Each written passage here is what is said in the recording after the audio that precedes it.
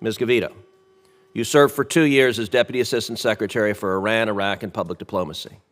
Then you became the Acting Principal Deputy Assistant Secretary for Near Eastern Affairs. What was your role in issuing the waivers giving Iran access to that pot of money? Thank you very much, Senator.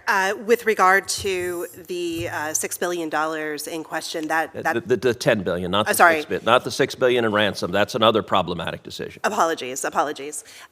With regard to the electricity waivers, I, as Deputy Assistant Secretary, did not have a direct role in that particular decision. That being said, certainly was part of those discussions.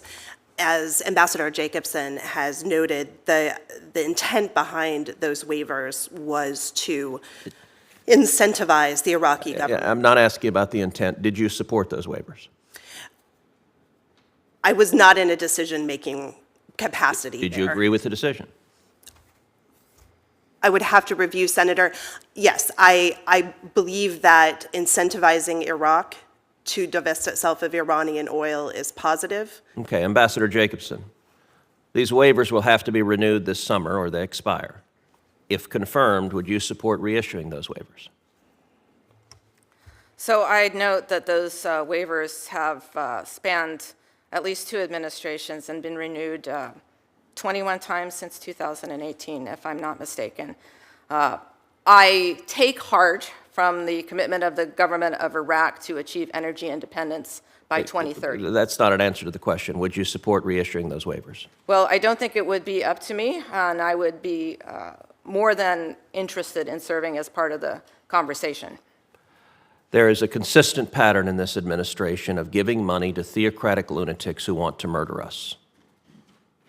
$100 billion to the Ayatollah Khamenei is the single most catastrophic foreign policy decision of this administration.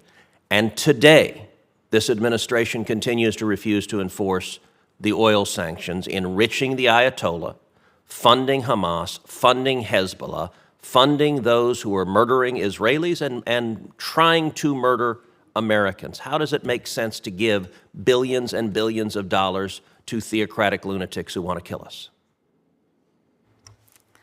Thank you for that question, Senator. I personally am very clear-eyed about the Iranian threat. I think I shared with you, and I'll share with others, that I have been myself on the receiving end of Iranian death threat information, including during my time in Ashgabat when President Niyazov used to remind me that the Iranians had a missile pointed at my bedroom. With regards to the funds that are kept in restricted accounts that are overseen by the Treasury Department, that are the subject of an extensive system of safeguards, these funds will never reach the government of Iran. These funds have to stay overseas, and they have to be used for humanitarian purposes. You could ask, doesn't that mean that it frees up money for their massive terrorism campaigns, which of course are heinous? And I would argue that Iran, unfortunately, is always going to focus on destabilizing activity over supporting the humanitarian needs of its own people.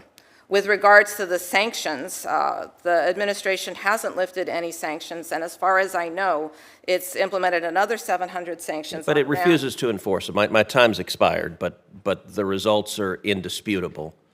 And Iran has gone from selling 300,000 barrels a day of oil to selling 2 million barrels of oil a day. That is funding this war of terror against us.